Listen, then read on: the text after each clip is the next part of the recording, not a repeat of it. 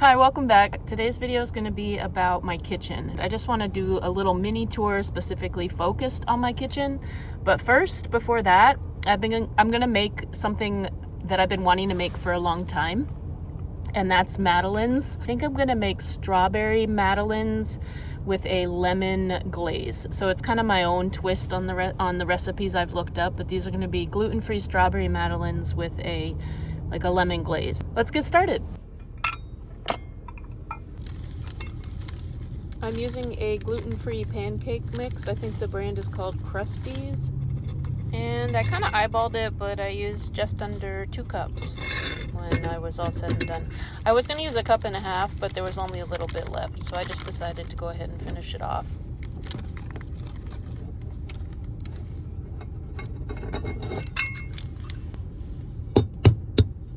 And then I put in 2 eggs.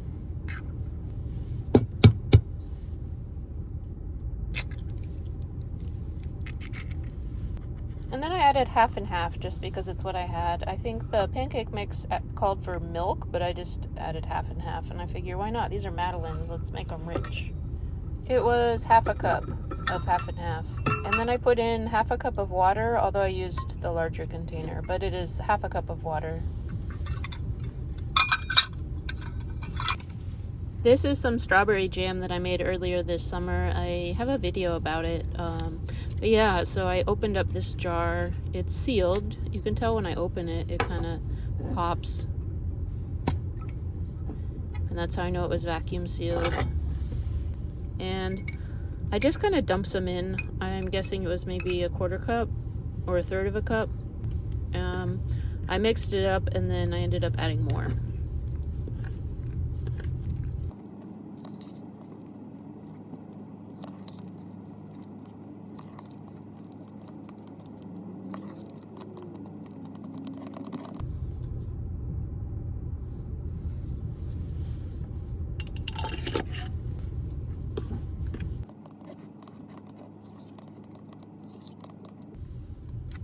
Next, I grated a little bit of lemon zest. So this is just a lemon, and I'm grating the peel, the rind, to add some lemon zest to the batter.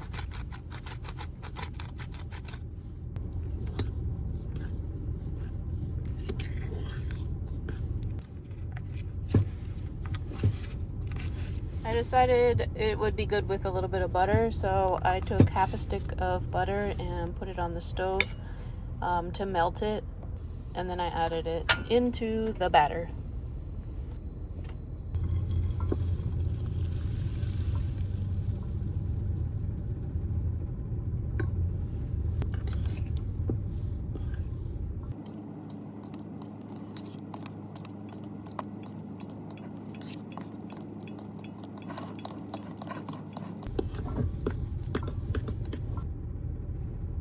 Here I'm just adding a little bit of the leftover butter that was in the pan to the madeleine tin, and just to use it and, I don't know, add a layer of grease.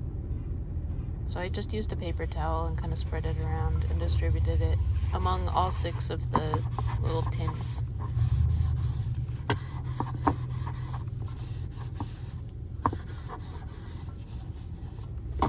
This is my Coleman stovetop oven. It kind of unfolds and sits on top of the burner, and so I'm just waiting here for it to preheat.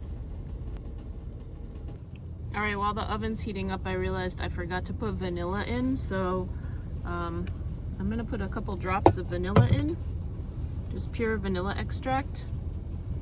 Mix that in and then put these in the pan, because it should only take about 10 minutes or so to heat that up.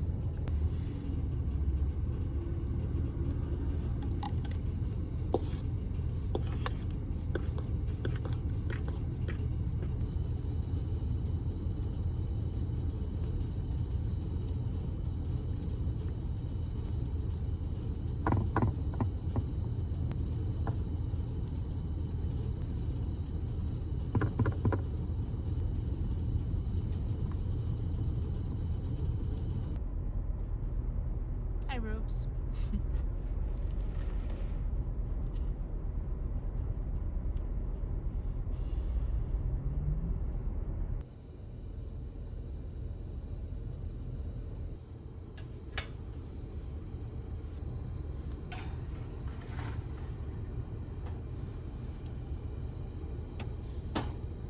Now that the madeleines are baking in the oven, I'm going to make the lemon sugar glaze. So it's just powdered sugar and lemon juice. I used the rest of the lemon that I zested earlier to squeeze to use the lemon juice for the liquid.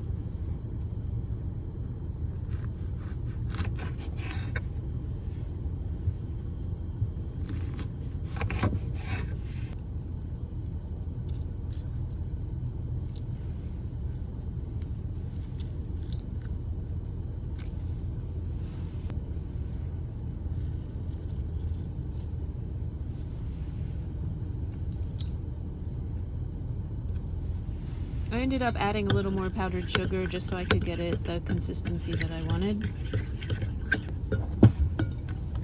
It takes a little while to get the chunks of powdered sugar broken down, and yeah, the end result should be kind of like a smooth, glassy glaze type. Not really frosting, a little runnier than that. But yeah, it took a minute, but it got there.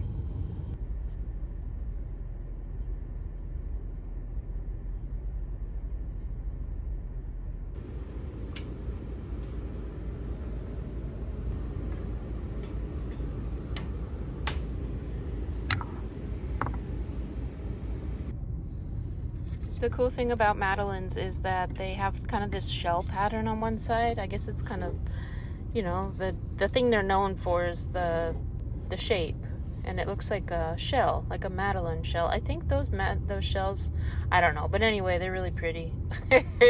And then the final touch was to put the glaze on, the lemon sugar glaze. So these are strawberry lemon madeleines with a lemon glaze. And now it's time for some tea. I'm having this Dorian Gray. It's an Earl Grey tea. I got it on Vashon Island on a special trip that I went. I think it was like a year ago, but there was a cool little shop there and they sold all different kinds of teas. It was a coffee shop, but they had all these teas as well. So I'm making a pot of Earl Grey, Dorian Gray.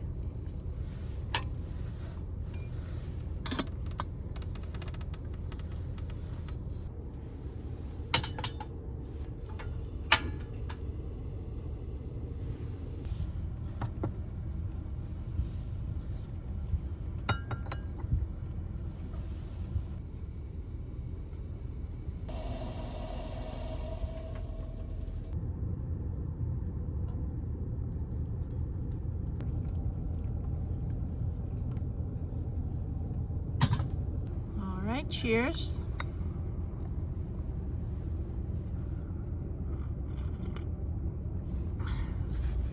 Rubes.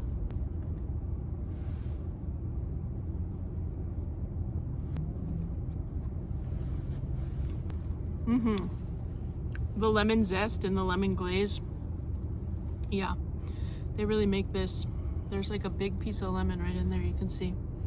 Lemon peel. It offsets the sweet. And now for the kitchen tour. Here's the main light that I use. There's also the lights overhead, but they're more decorative. Yeah, and here's kind of the view of the kitchen. I do have this writing center that's technically part of my kitchen, but also kind of on the desk area, but I just wanted to point that out in case anybody's wondering. This is my 2-gallon glass water jug that's secured. It doesn't go anywhere. It's got that tie thing on it, and I love it. It runs into this sink. It's a farmhouse sink, and it drains underneath into this 7-gallon jug underneath. The drain has this flexible tubing on it, so I can just kind of pop it up and pull out the jug when I need to dump it. Here are my shelves that I hold all my, most of my food in. There's like rice and sugar and spices and teas. I also have some stuff for the sink. This is witch hazel, and there's a little bit of face wash. I also have a cup that I can drink water out of. And then I have something to hold my utensils, forks, spoons. Eventually I'm gonna get kind of those under the rug pad things to kind of hold everything in place. You guys suggested that, and I think it's a great idea. Everything is held into place using these L brackets, and then I also screwed in the shelf to the bread box just to secure it. Here are my maple syrup, oil, things like that in these jars. Yeah, I've got all kinds of food and stuff up here on this shelf. This is where my skillet goes. It bangs around. That was another issue in the thing, but I'm figuring it out. I don't usually keep the measuring cups and spoons up there because they really rattle around. And I think I'm going to crochet kind of like a mat and put that up on there, and so it won't bang around as much. And I'm also going to secure the hooks with like a rubber band or something. It's a work in progress, and yeah, it hasn't made much progress lately, but I like it. It works. So I do keep my measuring cups and spoons in this top drawer over here, which has kind of like kitchen stuff. You can see the grater, and there's some other things for mostly kitchen stuff in that drawer. It's stuffed. It's full, but yeah, it works. I keep a roll of paper towels here, and behind it are my dishes, cups, and bowls. And then I have these books, and one of them's budgeting. I keep addresses for correspondence, and then just a book for ideas.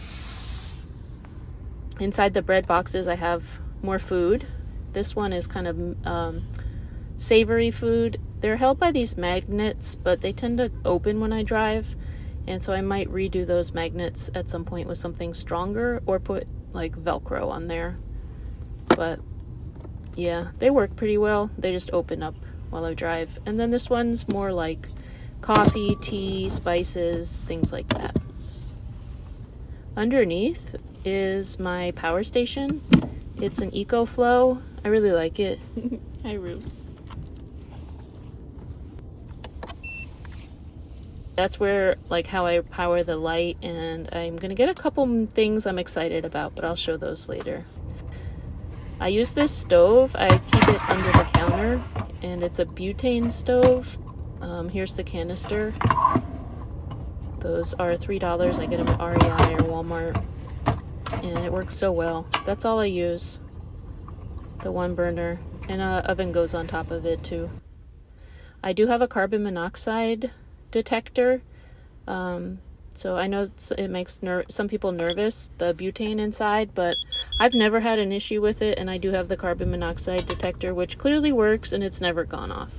This is my cooler. It's a Yeti cooler. It worked really well, except in this recent heat wave, it doesn't work as well. So I'm reconsidering maybe a fridge, but I really like how it fits perfectly in the space. It just gets tiring having to drain the water. So I think I'm gonna switch up my ice situation. I think Ruby's ready to go outside. You've been very patient, Rubes. We ran around the dog park all morning, and I think, well, she did. But I think she's ready to go outside now. So I'm gonna end the video here. I hope you enjoyed kind of this more detailed kitchen tour. I don't know if it helped answer some questions. Feel free to put any questions that you might have about the kitchen and kind of my setup down below. I don't think I left anything major out. I got my refrigerator system in there, my stove, my oven, and kind of like my food storage area. I realized I do have a couple more food storage areas for just like dry storage. So one is under the bed. There's these bins that in each corner that kind of hold up the piece of plywood for the bed platform. So like that's where that pancake batter was. And then I have a basket that hangs on the door behind me. I'm waiting to get a special hook to hang that back up instead of tying it on. But that actually, I should get that today. And yeah, so that's another place that I have food storage. But other than that, I think everything is, I think I showed everything in my system, my sink system and everything. So anyway, if there are things that I didn't answer, questions, feel free to put them in the comments down below, and I will do my best to answer them. And as always, thank you for hanging out with me. If you enjoyed the tour or got something out of it, learned something, or just enjoyed hanging out with me, do you mind hitting the thumbs up button? It really helps me out. And also, if you're new here for the first time, I welcome you to subscribe to the channel. It's my dog Ruby and myself, and the van that I've converted, and yeah, just our travels and our adventures and lots of cooking. So, all right, guys, I will see you on the next one, and be well.